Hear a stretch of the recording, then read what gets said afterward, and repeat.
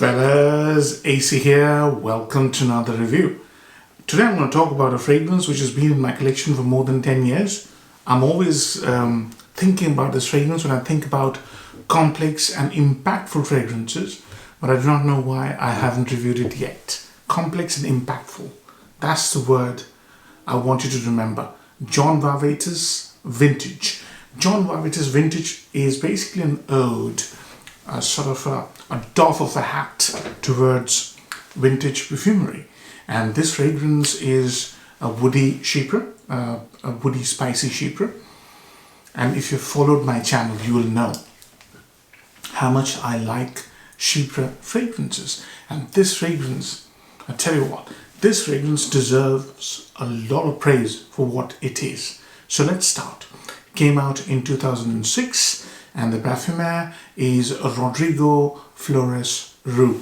I'm hoping I'm pronouncing his name right. He's one of my top favorite parfumers because he created this Fougère Royale. I really adore this fragrance, and because he's created this, I find it quite easy to understand why he's created a masterpiece like this. What a beautiful fragrance this is, guys. So let's start. So the bottle and the presentation is very unique, and they all have the same kind of presentation. John Varvatos.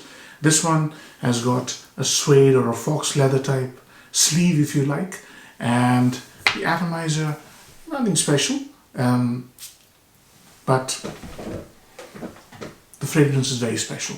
And I'm almost running out, so I'm here. So I might as well review this, because once I run out of this, I'll probably struggle getting a new bottle. I'll never get backup bottles. I probably will. Let's see how it goes. So, vintage. As I said, it's an ode to classic perfumery. So, I've got a nice little dry down, about 2 hours old. So, I know this fragrance like the back of my hand. So, once you spray this, you're met with peppery, sweet, fruity, herbal smell on a bed of moss. So the peppery side is black pepper. Herbal side is basil and fennel and chamomile. I really like the note of chamomile here. And the fruity notes, very special, rhubarb mixed with quince. I've never come across quince. Well, probably have, I can't remember. And quince is a very special fruit. It's a very ancient fruit. It looks like a pear and an apple. It has this beautiful intense flavor, but can only be consumed if you cook it. So it's a very different kind of a fruit. So I've not smelled quince up front. Maybe I have, I can't remember or associate, but this fruitiness mixed with the herbal, juicy quality and the pepperiness and the mossiness is what you're greeted with when you first spray the fragrance. I really like the opening, and it is like a chypre should be. It's very mossy, it's very dense, it has such a nice opening, such a beautiful opening, so much spices, woody character, patchouli, beautiful, beautiful opening. On paper it smells even nicer. Beautiful opening. All the spices I mentioned. There's also a hint of cinnamon, which comes apparent a little later. So the middle stages, if you like, from the peppery, fruity, juicy, herbal quality and mossiness brings in more spices. So cinnamon is a big spice, and along with that is the fizzy quality that you also get up front of juniper berries. And also oakmoss. Oakmoss is already there. Orris root butter, so it's creamy. And along with that, slight hints of tobacco and lavender. So many notes. There are more than 20 notes, I think, in this fragrance. It's a very complex fragrance, and it has many facets you get if you sit down and concentrate. So the middle notes, as I said, are more spicy. Lavender mixed with cinnamon is the main show, and supporting cast, if you like, is the juniper berries along with orris root butter. And there is also a floral aspect, jasmine, but I don't get jasmine per se, but I can see the silky feel, the smoothness with orris root butter being assisted by that jasmine. When the fragrance dries down, which is about 2 hours, which is the stage I've got at the moment, the fragrance becomes a leather tobacco suede kind of fragrance with all the notes I mentioned going into the background but supporting and being there. So the herbal quality is there, the lavender is there, the fruity qualities are there, the sweetness is there, a little fruity sweetness, not sugary sweetness is there, but mostly it is a pipe tobacco, and a very nice pipe tobacco along with leather stroke suede kind of a smell, which is more like a designer leather. It's not animalic, it doesn't have the depth you would expect from a niche leather note, but that it's there like a designer leather or a low-end leather fragrance, if you like. And along with that, there's also fir balsam, and I really like that because the velvety greenness that I talked about a little while ago with jasmine, that smooth velvety greenness, mossy greenness, I think is produced by fir balsam, which is in the base of the fragrance, and the smoothness is assisted by tonka as well. So as you can see, there are tons of notes and you get all of them if you sit down and just focus on the beauty of this fragrance. It's a tremendous creation. The amount of notes are just mind-boggling, and this is the whole journey of the fragrance. So peppery, juicy, herbal, fruity, to a bit more spicy, bit more sort of woody, creamy, and then finally a tobacco suede fragrance with assisted notes I mentioned. Quite a journey, a proper chypre, as it should be.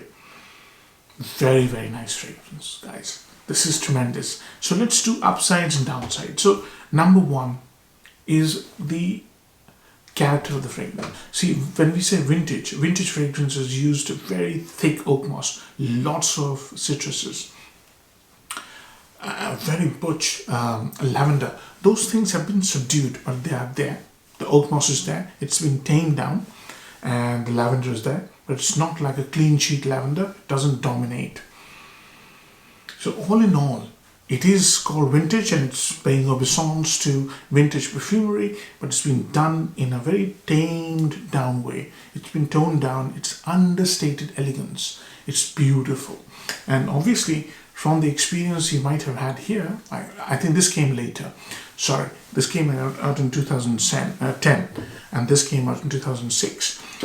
But the way it's been done is what I like most about it. It's been modernized, or it's been tempered down to appeal to modern gentry, if you like. Second one is the complexity and how beautifully this has been composed. Can you imagine the notes I mentioned, making them work together like, you know, a single symphony is quite a challenge. The notes in itself are very contrasting. It's been put together very well, and it is complex. This is my favorite, the another upside. It smells different in different weather. So this is spring, it's smelling different. The herbal side is more pronounced. In autumn, it smells completely different, or a little bit more different. The spicy side comes out a bit more. The woody tobacco side comes out a bit more and a bit sooner. The last upside, which is a tremendous one, is value for money. It is tremendous. The complexity, the composition quality is so high. And this is a 75 milliliter bottle. You can easily get this for less than 40 pounds here in the UK, even now.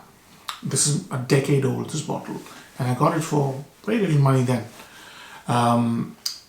It comes in two sizes. 125 ml is available easily for less than 50 pounds. It's a terrific value for money if you like vintage style or chypre, complex chypre style perfumery. Now, downsides. The first one is, initially it's so sweet and herbal and peppery and so complex, it might shock you if you're not experienced. Even if you are experienced, the sweetness of the fruit, the fruity sweetness, shocked me as well. And I found it a little bit, strange. You probably will face that as well, probably. That's the one downside in adoption. There's a hurdle. The other one is the performance. All John Varvatos fragrances, sadly, suffer from one issue, and that is performance issues. What I get from this is a good longevity, about 8 hours, never a problem. But it's a skin scent. In about 2.5 to 3 hours, it becomes so close to the skin. You have to do this to be able to enjoy this complex creation, and that's a big problem for me, for everyone. If you're wearing something so good, you want people to smell it. But John Varvatos fragrances, all of them have this same issue. Performance is mediocre, medium, especially projection and sillage. So sadly, that's the problem, and it is there. It's a big problem with all John Varvatos fragrances. Moving on, what are the great seasons to wear this fragrance? Chypres are great in autumn or failing which spring, in between weather. If you don't get in between weather, if you get just extremes, you probably would want to wear this when it's cooler. A lot of spices here and it might overwhelm you. So I would say in between weather or cooler weather. Age groups.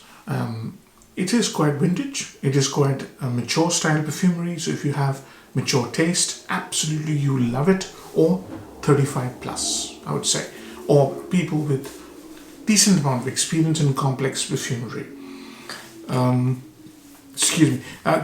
Compliment factor. Definitely.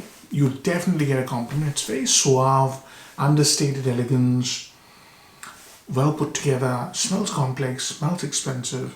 It smells of a person who's an achiever, who really has worked hard for what he has achieved.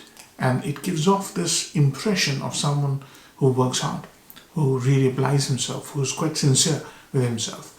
And that sort of impression, when cast on the opposite sex, you're bound to get a favorable comment. Definitely.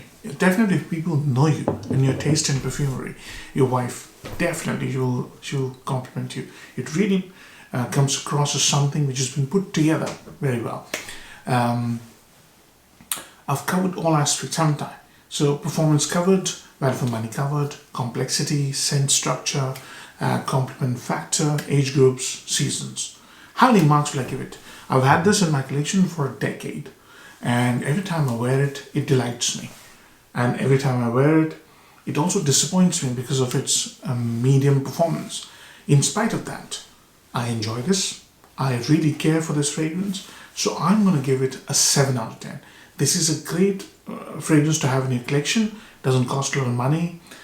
And it gives you the taste of complex perfumery. If you're interested in learning how a complex, multi-layered chypre should be designed or should smell, definitely get this, and it wouldn't cost you a lot of money.